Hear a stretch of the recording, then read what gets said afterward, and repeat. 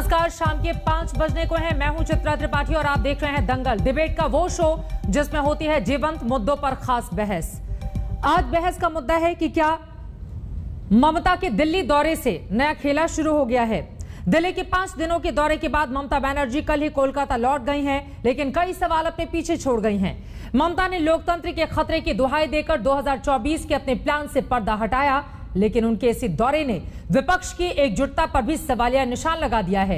आज इसी मुद्दे पर बहस होगी। क्या 2024 में ममता विपक्ष की बन सकेंगी धुरी? क्या बंगाल में खेला शुरू करने वाली ममता बनर्जी का खेला दिल्ली में भी चल सकेगा? क्या कांग्रेस समेत विपक्ष को ममता की ये नेतागिरी कबूल है? क्या मोदी के खिलाफ ममता सभी पार्टियों को एकजुट कर पाएंगी? ऐसे ही सवालों के साथ आज हम बहस करेंगे, लेकिन पहले हमारी ये खास रिपोर्ट देखिए। हमने सोचा कि 2 महीना का अंदर एक बार आएंगे। ममता कोलकाता लौट गईं, लेकिन सियासी शगुफा छोड़ गईं। शुक्रवार को कोलकाता की फ्लाइट पकड़ने से पहले 2024 की उड़ान के लिए हर 2 महीने में दिल्ली की परिक्रमा करने का ऐलान कर दिया। अगर लोकतंत्र खतरा में है तो देश खतरा में हो जाता है। तो लोकतंत्र बचाओ, देश को बचाओ, this is our slogan. And let us do the work for farmers, labours, unemployed youth and other also. Farmers के लिए भी हमारा पूरा सपोर्ट है, रहेगा भी। हम पहले बात भी किया है। हमने सोचा कि 2 महीना का अंदर एक बार आएंगे। ममता का दिल्ली दरबार 5 दिनों तक सजा। इसमें उन्होंने अपने हिसाब से 2024 लोकसभा चुनाव के लिए गोटियां बिछाई।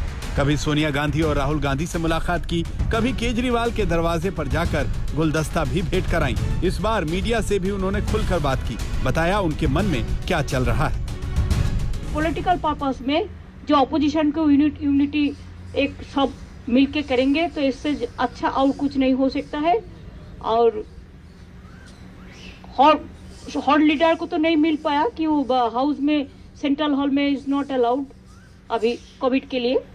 तो लेकिन बहुत सारे लीडर के साथ मीट हुआ है। I think outcome is good. Let us work together. 2024 की सतरंगी सियासत की फिजा बनाने वाली ममता को बीजेपी ने करारा जवाब दिया। उनके 2024 के आसमानी गुब्बारे में कोलकाता से लेकर दिल्ली तक बीजेपी ने सुई चुभो दी। दिल्ली उनका भी है, उनके बंगाल, पश्चिम बंगाल जैसे उनकी सरकार है, जहां पर कि जाओ तो हिंसा हो जाती है, पुलिस पकड़ लेती है, गिरफ्तारियां हो जाती हैं, लोगों को आने नहीं दिया जाता है। वो यहाँ तो ऐसा नहीं है। खूब आइए, खूब जाइए। यूनाइटेड इंडिया का नारा, जो नारा 2019 में ब्रिगेड पैरेड में दिया, मैं भी उसकी साथ थी, एक साथ हाथ उठाया, कोई फायदा नहीं हुआ।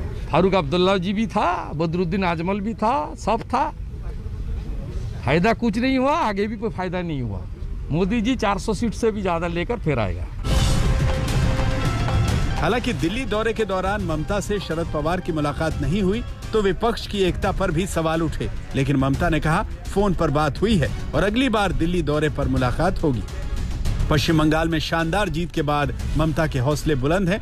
ममता को लगता है कि जिस बंगाल मॉडल के जरिए मोदी और शाह की जीत के रथ को उन्होंने रोका, उसी रास्ते दिल्ली का दरवाजा भी पीएम मोदी के लिए 2024 में बंद किया जा सकता है। लेकिन ये बात ममता को भी मालूम है कि जब तक विपक्ष पूरी तरह लामबंद नहीं होता, तब तक ये काम आसान नहीं है। इससे पहले कई टेस्ट बाकी हैं। ममता उन्हीं मुकाबलों में बीजेपी को रोकना चाहती हैं। यानी 2024 से पहले 2022 की यूपी विधानसभा में ममता बीजेपी के जीत के चक्र को तोड़ना चाहती है। साथ ही दूसरे राज्यों में भी विपक्ष को सहारा देकर सियासी माहौल बनाना चाहती है। इस बीच त्रिपुरा में टीएमसी ने बीजेपी के खिलाफ जंग छेड़ दी है। टीएमसी को लगता है कि उनकी नेता विपक्ष की धुरी बनकर पीएम मोदी के सामने दीवार खड़ी कर सकती हैं। लेकिन सबसे बड़ा सवाल है कि जो खेला बंगाल में हो गया, क्या वो देश में भी संभव है? क्या करीब 2.5 साल बाद भी विपक्ष एकजुट रह पाएगा, जिससे ममता 2024 में कह सकेंगी खेला होबे। माँ बोनेरा खेला होबे, ए भाई बोनेरा तुमरा की करछो, छात्र जवान खेला होबे। दिल्ली से मौसमी सिंह और कोलकाता से सूर्याग्नि रॉय के साथ आज तक ब्यूरो।